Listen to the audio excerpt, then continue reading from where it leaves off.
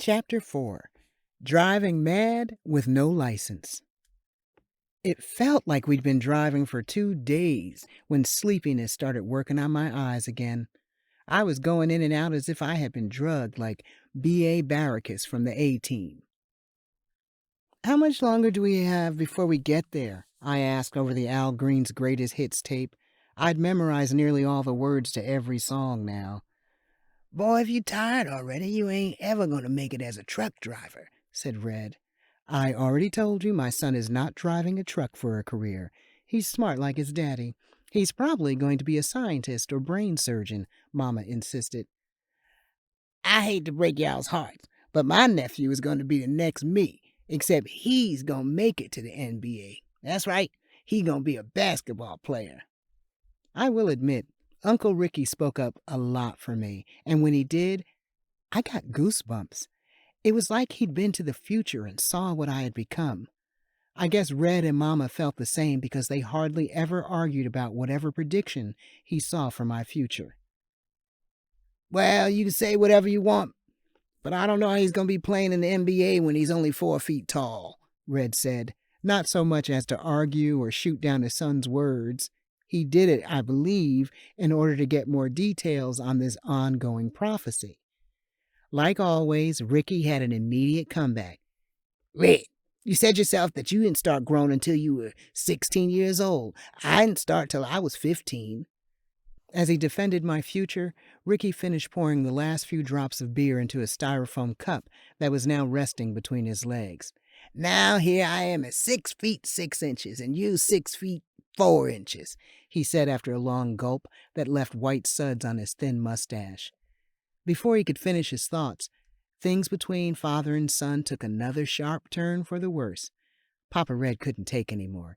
He snapped back, "Boy, you have never been 6'6" a day in your life. 6'3" maybe, but never 6'6". Now I'm the one that's 6 feet 6 inches. I used to be 6'9", he said, but years of driving 18-wheelers compressed my spinal cord, so I lost a few inches." Both Mama and Ricky gave the usual looks of disbelief by rolling their eyes or turning their attention away with the same smirk. I was sure because they did this every time they thought that their father was telling a big one. Mama had already told me their true heights. She said that both Uncle Ricky and Papa Red were 6 feet 5 inches. That's right, they were the exact same height. Red was about 100 pounds heavier and way meaner, but both were built the same. And the two of them were very good basketball players when they were younger, way younger in Red's case. If I was to be the next Michael Jordan, someone needed to teach me how to play, and fast. I had never played one serious game of basketball in my life.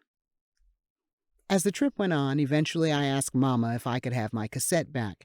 It was the Eric B. and Rakim tape. Why or how she'd taken it from me earlier, I could not remember. Then she reminded me. "Next time I call for you and you can't hear me because you have this thing turned up too loud, don't even think about getting it back anytime soon," she said as she handed me the transparent tape with all of the writing nearly rubbed off. It was hard for me to tell which side was which, but it really didn't matter. Whatever side started playing was the side that played until it stopped. Every song on the tape was that good. "Okay," I said, my eyes glowing with relief and the fact that Al Green's "Let's Stay Together" would soon be drowned out by "I Ain't No Joke" or my melody. "Let me see what you got there, young blood," Ricky said before I could load the tape into the Walkman. I couldn't respond fast enough. He snatched the cassette right from my hand. "What do you know about this?" he said while opening the face of his Walkman. "Let me check this out for a minute. You can listen to this." "Ricky, if you don't give him back that tape," said Red as he started driving the huge station wagon entirely too close to a guardrail. In the mirror, his eyes were locked on Ricky. "I'm just trying to get a boy some of his culture. He'll like this, I promise," Ricky said back. "Now you see why I wanted to leave him at the gas station," Red said to Mama. "Ricky," Mama said sternly, "if you don't give that tape back to my baby. You didn't even ask him if he wanted to listen to whatever it is that you have." "I don't have to ask him. I already know he gonna like it. It's in his blood." "Okay, then. What are you giving my son that you're so sure he's going to like?" asked Mama. He smiled and sung out the words, "Don't worry about a thing," as he handed me the cassette. On the cover, I noticed a picture of a man with really long dreadlocks. He was looking off to one side, and on his left hand he wore a gold ring with a silver lion on it.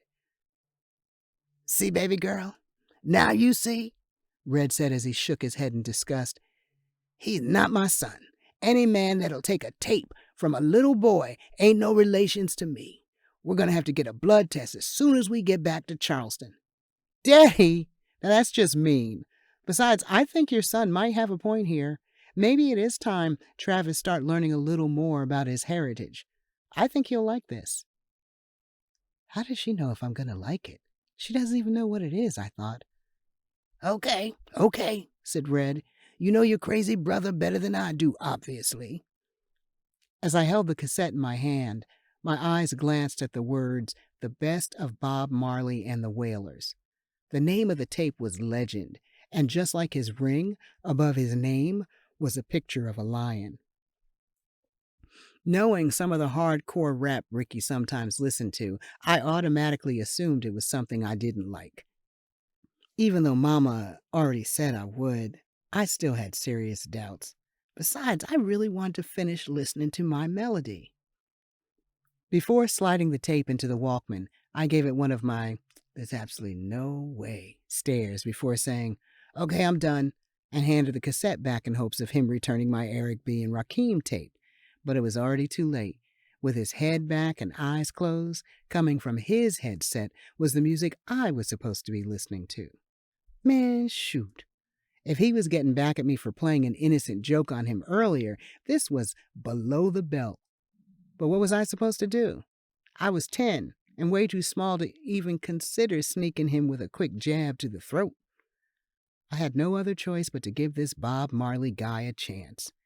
Mad and disappointed, I could only stare at my uncle as I heard the music start where I'd left off before Mama made me hand the tape over. I sang out the words, "Check out my melody," as they were being scratched and mixed with break beats, while bass and treble blended perfectly as Rakim painted another hype rap story. One of my favorite songs by the greatest rap group known to this planet was coming from Ricky's enormous headphones while I was left holding worthless Bob Marley and the Wailers. Then I heard Red say, "See, now, how can a grown man take a tape from a 10-year-old boy? I'm sorry, sweetie, but he can't be my real son. I said it before and I meant it. He's your half-brother. Y'all got the same mama, but he's the milkman's son." "Daddy, now you know he looks just like you. That's just mean. Besides, Bob Marley ain't ever hurt anybody." I wondered how Mama knew what was on the tape. "Bob Marley and the Wailers?" Red said excitedly. He sounded more excited than I did when Mama told me that I could have my tape back. "Well, go ahead, baby girl. Tell him to put it in. That boy needs to learn a little bit about his culture." My curiosity kind of got the best of me after hearing how excited Red was. "Mama, who's Bob Marley, and why is he so important?" Bob Marley was a famous Rastafarian singer from Jamaica.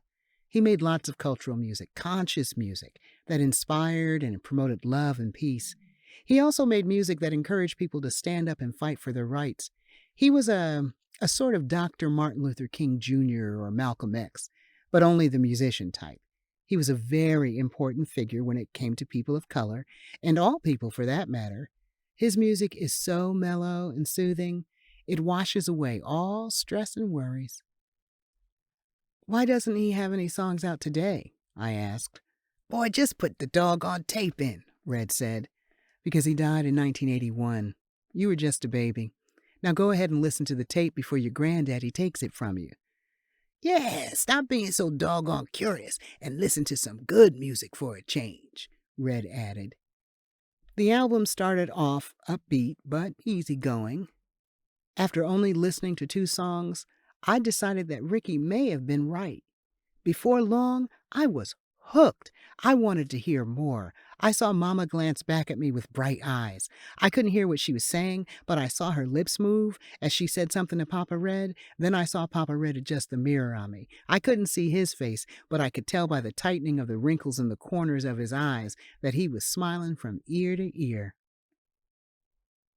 After we all got food and used the restroom, Papa Red Sugar started acting up again. He looked worn out. We'd just gotten into Virginia. I hope you got sobered up because I'm not driving anymore, Papa Red said to Uncle Ricky, his face sagging like a bloodhound. Yeah, I'm good, Ricky said while sucking in air. He was rushing to get down another beer. Putting his fist in front of his mouth, it looked as if he was holding in a burp or something.